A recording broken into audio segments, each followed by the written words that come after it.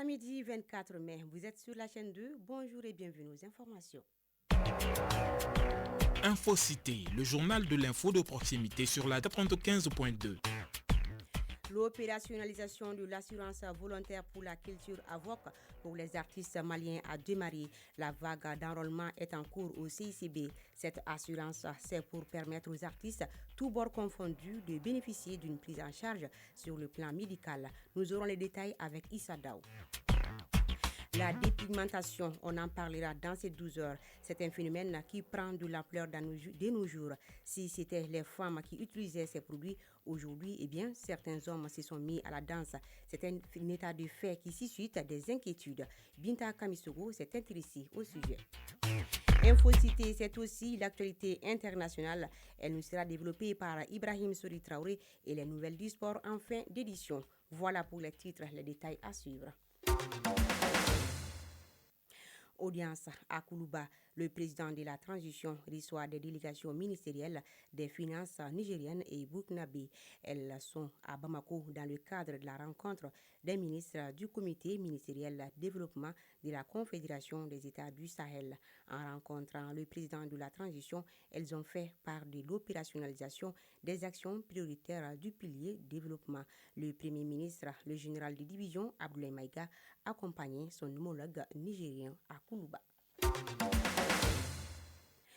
Les journées d'enrôlement à l'assurance volontaire pour la culture AVOC sont en cours au CICB, portées par une convention signée le 23 avril entre le ministère de la Culture et de la Santé. Cette opération ambitionne de doter les artistes maliens d'une couverture sociale complète, assurance maladie, allocation familiale et pension de retraite. Organisée avec l'appui des fêtières culturelles, l'enrôlement se poursuit jusqu'à ce samedi 24 mai. Issa Daou pour plus de détails. Chanteurs, peintres, comédiens, entre autres, bref, les acteurs culturels ont répondu à l'appel dès le démarrage des activités d'enrôlement à l'assurance volontaire pour la culture AVOC. Objectif, enregistrer un maximum d'artistes afin de leur offrir une protection sociale, une initiative largement saluée par les premiers concernés. Belko Guindo, artiste-compositeur. Ça sonne déjà un bon signe pour les artistes. C'est toute une première chance pour les artistes de pouvoir s'intégrer à l'INPS et dans l'amour. On souhaite que ça soit réalisé comme promis. On espère que ça se finira bien, ça sera toujours le meilleur. Souri Diakité, directeur artistique de l'association Jeunesse Art. On attend que l'assurance puisse couvrir en tout cas les acteurs culturels comme les autres assurances couvrent les acteurs de l'administration parce que les artistes constituent une économie pas trop formelle. Donc quand on met en place une assurance qui les vient en aide, qui les permet en tout cas d'avoir de bonnes conditions de travail et d'existence, ça ne peut être que salué. Dina Ibrahim, artiste slameuse. Je n'ai pas eu l'opportunité et surtout les moyens. C'est justement pour ça que je suis là, parce que ceci va me permettre quand même, pour une fois, d'avoir une assurance santé et maladie. C'est à remercier. Mais l'enjeu va au-delà de cette seule journée.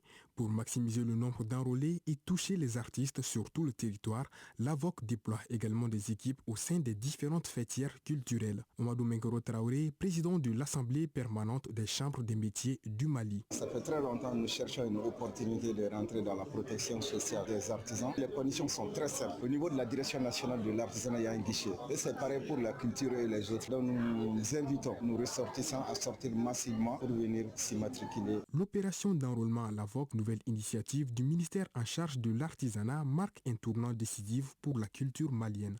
Reste désormais à assurer un suivi rigoureux pour pérenniser cette avancée. Dans le même registre, la 7e édition du festival Hip Hop Rapou Dorokou débute ce lundi 26 mai 2025 au Palais de la Culture Amadou Ampatiba. En prélude à cette édition, nous recevons dans l'entretien de la 2 de ce samedi les co-promoteurs du festival Hip Hop Rapou Dorokou, Ismaël Douré, Master Tumi, nous évoque l'importance des activités culturelles, surtout le rap qui signifie que tout n'est pas conflit au Mali. Je vous propose d'écouter cet extrait de son entretien réalisé par Samba Sanogo. C'est pour montrer au monde entier une autre image du Mali. Faire comprendre à l'opinion nationale et l'opinion internationale que le Mali n'est pas que crise socio-politique, etc. Le Mali aussi a des valeurs à démontrer. Le Mali aussi a du potentiel à promouvoir. Et puis il faut se dire que le milieu hip-hop, l'industrie musicale en gros, est une activité génératrice de revenus. Parce qu'il y a aussi des jeunes qui vivent de ça. Il y a des gens qui arrivent à réaliser de belles choses à travers la musique. C'est toute une chaîne. Il y a des managers d'artistes, il y a des beatmakers, il y a aussi des promoteurs de spectacles. Maintenant, beaucoup de jeunes peuvent facilement tomber par exemple dans la drogue ou dans le banditisme, etc. Voilà, Ismaïla Dougouré, Master Soumi. Vous pourriez suivre l'intégralité dans l'émission Entretien la 2 à partir de 12h30 sur la chaîne 2 avec la réalisation du Sama Sanogo. Et c'est ce qui nous amène à faire le tour de l'actualité internationale. À présent, le tour d'horizon de l'actualité internationale. Ibrahim Souri Traoré est à mes côtés. Souri, bonjour. Bonjour, Aïssata Adit Koumbakani. Tout d'abord, pour commencer, le représentant spécial de l'ONU pour l'Afrique de l'Ouest et le Sahel est en visite au Burkina Faso. Leonardo Santos Simao est en visite au Burkina Faso où il a rencontré le chef du gouvernement burkinabé Rim Talba, Jean-Emmanuel Ouedraogo et plusieurs personnalités. Le représentant spécial de l'ONU a salué les efforts du pays au plan économique, au niveau de l'agriculture et dans d'autres secteurs pour améliorer la vie des populations. La rencontre était principalement axée sur la situation sécuritaire, un sujet sur lequel le chef du gouvernement burkinabé a demandé à l'ONU de ne plus rester silencieuse face au parrainage du terrorisme dans le Sahel. Au Cameroun, Cabral Libi est choisi comme le candidat officiel du PCRN à la présidentielle d'octobre. Il est désormais le candidat officiel du Parti camerounais pour la réconciliation nationale PCRN. Cabral Libi se présentera au nom du parti à l'élection présidentielle d'octobre prochain.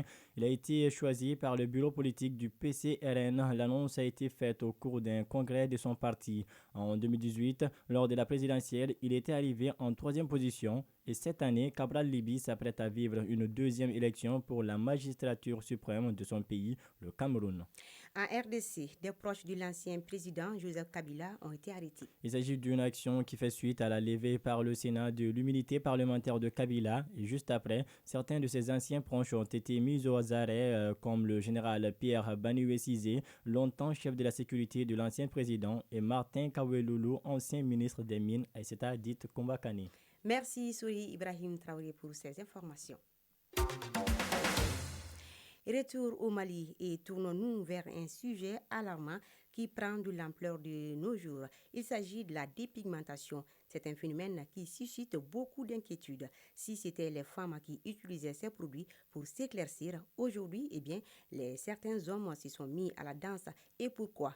Binta Kamisogo s'est intéressée au sujet. Enracinés dans des idéaux de beauté occidentaux et alimentés par la pression sociale, bon nombre de femmes s'adonnent à la dépigmentation. Les raisons peuvent varier d'une personne à une autre. Toutefois, l'une des principales raisons est l'influence des normes de beauté occidentale qui valorisent souvent une peau claire. Tel est le cas de Fatoumata Fofana. Ça fait 22 ans que j'ai commencé à me dépigmenter. Je l'ai fait par simple curiosité. Je voulais voir si je suis plus belle étant de peau blanche aussi. La plupart des personnes qui sont tentées par cette mode regrettent très souvent, mais peu ont la chance de retrouver l'état naturel de leur peau. Fatoumata Fofana. Aujourd'hui, je regrette beaucoup parce que je vais retrouver mon côté naturel. En plus, l'effet du soleil brûle beaucoup ma peau. Je suis obligée aussi de me voiler avant de sortir. Ces produits éclaircissants, souvent composés de substances chimiques dangereuses telles que l'hydroquinone et les corticostéroïdes, peuvent entraîner des problèmes de peau tels que les dermatites, les vergetures, les cancers de peau et les vieillissements prématurés de la peau. Mariam Djara, dermatologue. Ces produits dépigmentants que les dames utilisent fréquemment, c'est des produits qui entraînent l'atrophie de la peau, c'est-à-dire la peau va être fragilisée et la peau fragilisée en contact avec le soleil. Ça va de soi, il va avoir le chronose, les phares sur le visage. Direction le marché de Wolof-Bougou, d'où l'on aperçoit une boutique cosmétique vendant des produits servant à la dépigmentation. Mohamed Nimaga. Le marché est florissant. Nous évoquons les dangers à l'utilisation de ces produits, mais pour les raisons de cérémonie de mariage ou de baptême. Certaines femmes insistent, d'autres parce que leur époux est sur le point d'épouser une nouvelle femme. La dépigmentation est très souvent attribuée au genre féminin. Cependant, certains hommes se sont également plongés dans la tendance Mohamed Nimaga. La plupart de nos clients sont des femmes, mais depuis un certain temps, les hommes également l'achètent pour se dépigmenter. Comme l'évoquent les deux chanteurs maliens Diakib et Sidiki Diabaté, la beauté noire et africaine sont à chanter et à valoriser plus souvent. Une jeune dame à la peau noire, Kumba Kamisoko, fait partie de ces rares personnes qui ont opté pour une peau entièrement naturelle. Mon choix de garder ma peau ne relève ni de mon conjoint ni de ma famille. C'est purement une conviction personnelle et d'estime de soi. Je me sens belle noire. La dépigmentation au Mali est un défi majeur, mais pas une fatalité. En informant, en éduquant et en valorisant davantage la peau naturelle, nous pouvons inverser la tendance et faire comprendre à bon nombre de gens qu'une peau ébène est une peau protectrice, racontant une histoire unique. Bien noté, Binta. Sauver des vies à tout prix. C'est dans cette optique que le département des transports à travers l'ANASER, Agence nationale de la sécurité routière, organise chaque année une journée nationale consacrée à la sécurité routière. Compte tenu du fait que personne n'est à l'abri dans la circulation, la lutte contre l'insécurité routière reste une préoccupation majeure, pas seulement pour les pouvoirs publics, mais aussi pour les usagers. Zunzo Apolline Kouni a fait un tour au centre-ville de Bamako pour voir si toutefois les citoyens estiment être en danger dans la circulation. Nous sommes devant le monument Patrice Lumumba en commune 2 du district de Bamako. Cette artère est l'une des plus fréquentées dans la capitale. Ici, des véhicules sont en file indienne à perte de vue depuis quelques heures. Ils avancent à pas de tortue, créant ainsi un embouteillage aux grandes dames des usagers de la route. Mohamed Traoré, automobiliste. Nous ne sommes pas en sécurité. Tout le monde est pressé. Même quand tu conduis prudemment, quelqu'un viendra te heurter avec son engin. Mamagan Kamara partage l'idée de Mohamed Traoré. Pour une meilleure sécurité, elle conseille. Il faut bien attacher les ceintures de sécurité des véhicules et respecter les distances d'au moins quelques secondes avec le véhicule qui précède selon le code de la route. L'insécurité routière peut survenir à tout moment, nous dit Seydou Samake, motocycliste. J'ai été témoin d'un accident causé par un jeune homme qui sortait des rues pour traverser la voie principale à grande vitesse. En entrant brusquement sur la route, le jeune a percuté une voiture qui arrivait, provoquant ainsi l'accident. Les dangers touchent également les piétons, particulièrement les vendeurs ambulants. Fatoumata Koulibaly est une habituée de la place du monument Patrice Lumumba. Elle fait promener ses jumeaux entre les différents feux tricolores des lieux. Pour elle, il faut beaucoup de vigilance pour échapper à la folie des usagers de la route. Souvent, il y a des conducteurs qui quittent très souvent la route par manque de prudence. J'ai même été témoin d'un accident causé par cette déviation. Adama Sangare, vendeur ambulant. Déjà que notre métier est risqué, si dans la circulation il n'y a pas de courtoisie, ce n'est pas facile. L'imprudence et le non-respect du code de la route restent des causes majeures de l'insécurité routière. Comme on l'a dit, la prudence est mère de la sûreté. Voilà Zunso Apolline Kouni. Il est à noter que chaque année, la date du 20 mai est célébrée la journée nationale de la sécurité routière. Le thème national retenu pour l'édition 2025 est Journée de la sécurité routière dans les campus universitaires de Kabala, Badala, Poingé et Ségou. À travers ce thème, les autorités veulent sensibiliser la population aux dangers de la circulation et aussi faire la promotion des comportements responsables sur les routes. Soyons donc prudents. L'actualité sportive, c'est juste après ça.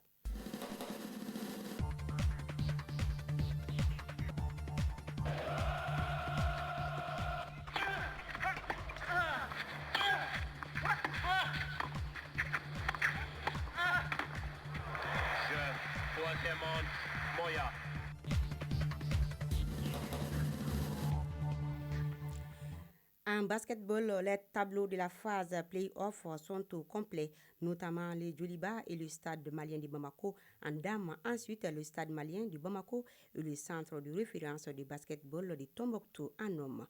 En cyclisme, le 30e tour international du Togo prend fin ce samedi.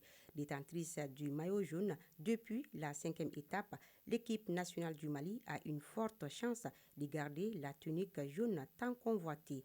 En football, les compétitions interclubs de la CAF sont à l'honneur ce week-end.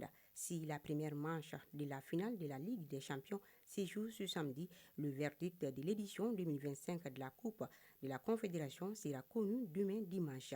Au plan local, ce week-end est également crucial en Ligue 1 professionnelle. Le stade malien pourrait être sacré champion dès ce samedi en cas de victoire contre l'AS Bakaridjan. Voilà, c'est l'essentiel de l'actualité sportive.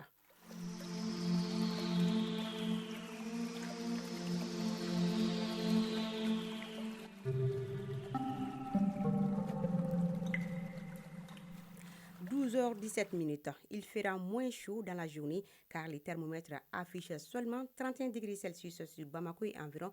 La maximale attendue sera de 36 degrés et le coucher du soleil est prévu pour 18h52. C'est la fin de ce journal qui vous a été présenté par Aïssata Dit Koumbakani, réalisation Mohamed Bari, Samba Sanougou, mise en onde Penandao, mise en ligne Badi Touré, coordination éditoriale Sidou Traoré et Djefa Diara. Grand merci à vous aussi de votre aimable attention. Bon appétit à tous si vous êtes déjà à table.